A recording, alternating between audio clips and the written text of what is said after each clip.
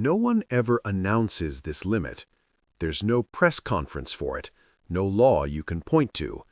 But every government on Earth eventually runs into the same wall.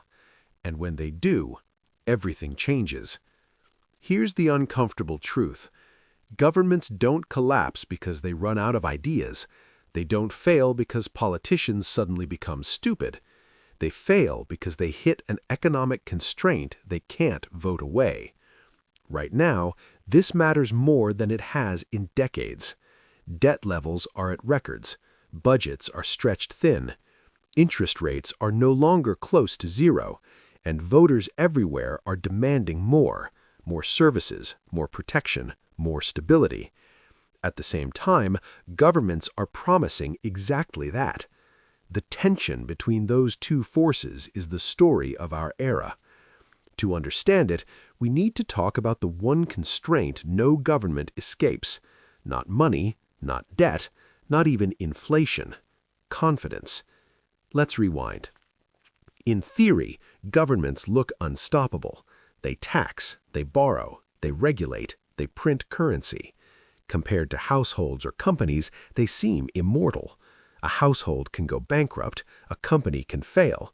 A government, we're told, can always keep going. That idea feels comforting. It's also only half true, because governments don't operate in isolation. They operate inside a system built on trust. Here's how it works in simple terms. A government spends money. To do that, it needs funding. Funding comes from taxes, borrowing, or money creation. Taxes are politically painful. Borrowing is politically convenient. Printing money feels painless until it isn't. So, over time, almost every government leans heavily on borrowing. Debt becomes normal. Deficits become routine. Rolling old debt into new debt becomes standard practice. This works as long as someone is willing to lend. That someone could be domestic savers, foreign investors, pension funds, banks, central banks. But every lender, no matter who they are, is asking the same silent question. Will I get my money back in real terms? Not nominal terms, real terms. Adjusted for inflation, adjusted for currency risk, adjusted for political risk. That's where the constraint lives. Because once lenders doubt that answer, the game changes fast. Governments like to talk about debt as a percentage of GDP. It sounds technical, manageable, almost boring.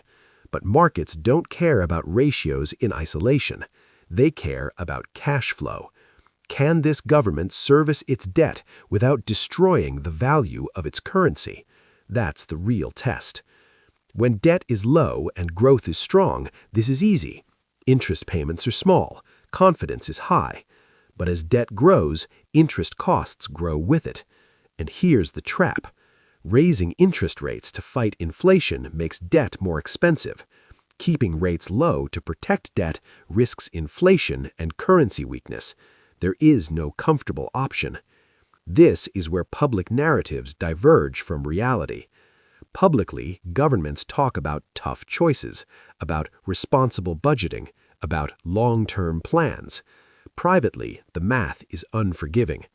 If interest payments grow faster than economic growth, debt compounds against you, silently, relentlessly. At that point, every policy decision becomes constrained. Spend more, borrow more. Borrow more, pay more interest. Pay more interest, cut something else, or debase the currency. This is not ideology, it's arithmetic.